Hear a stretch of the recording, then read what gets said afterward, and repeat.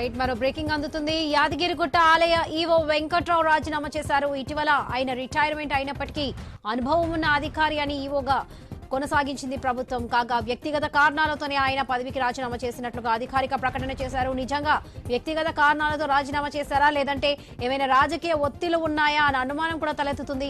కాగా యాదగిరిగుట్ట ఆలయ ఈవోగా ఐఏఎస్ స్థాయి అధికారిని నియమిస్తారనే ప్రచారం సైతం జరుగుతుంది. అయితే నాకున్న వ్యక్తిగత కారణాల వల్ల, ముఖ్యంగా ఆరోగ్య సమస్యల వల్ల నేను ఇంకా పదవిలో కొనసాగలేనని ప్రభుత్వానికి తెలియజేసిన మీదట నాకు ప్రభుత్వం అనుమతిస్తూ ఉత్తర్వులు ఇచ్చింది. అతి త్వరలో కొత్త ఈవో వస్తారు. ఈ స్వామివారి క్షేత్రం ఇంకా దినదిన అభివృద్ధి చెందుతుంది. ఖచ్చితంగా ఇంకా మంచి అధికారులు వచ్చి ఈ క్షేత్రాన్ని తీర్చిదిద్దుతారు. ఆ నరసింహస్వామి ఆశీస్సులు మనందరి మీద, మీ అందరి మీద ఉండాలని కోరుకుంటూ సార్ థ్యాంక్ యూ. యాదగిరిగుట్ట ఆలయ ఈవో వెంకట్రావు రాజీనామా చేశారు. ఇటీవల ఆయన రిటైర్మెంట్ అయినప్పటికీ కూడా అనుభవం ఉన్న అధికారి అని ఈవోగా కొనసాగించింది ప్రభుత్వం. కాగా వ్యక్తిగత కారణాలతోనే ఆయన పదవికి రాజీనామా చేసినట్లుగా సమాచారం. రైట్, ఇదే విషయానికి సంబంధించి పూర్తి అప్డేట్స్ మా ప్రతినిధి కిరణ్ అందిస్తారు. కిరణ్.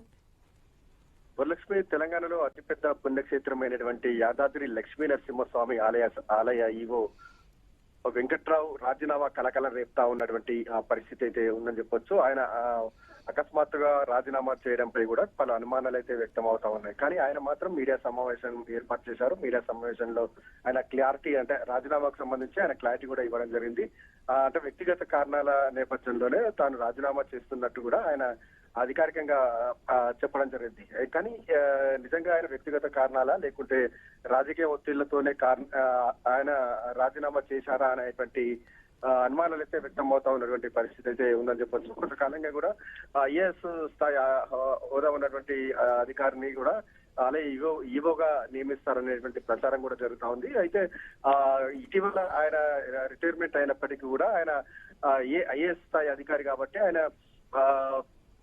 ఆయన కూడా కంటిన్యూ చేసినటువంటి ప్రభుత్వం ఆయన రాజీనామా లేఖను ఆమోదిస్తుందా లేదా అనేది కూడా కొంత చూడాల్సి ఉంది. ప్రస్తుతం అయితే ఆయన రాజీనామా లేఖను కూడా ప్రభుత్వానికి పంపించడం జరిగింది. మరి ప్రభుత్వం ఎలాంటి నిర్ణయం తీసుకుంటుంది, ఈ ఈవోకి సంబంధించి ఐఏఎస్ స్థాయి అధికారిని నియమిస్తారా లేకుంటే గ్రూప్ 1 ఆఫీసర్ తోనే కొనసాగిస్తారా అనేటువంటి క్లారిటీ కొద్ది రోజులు రానుంది.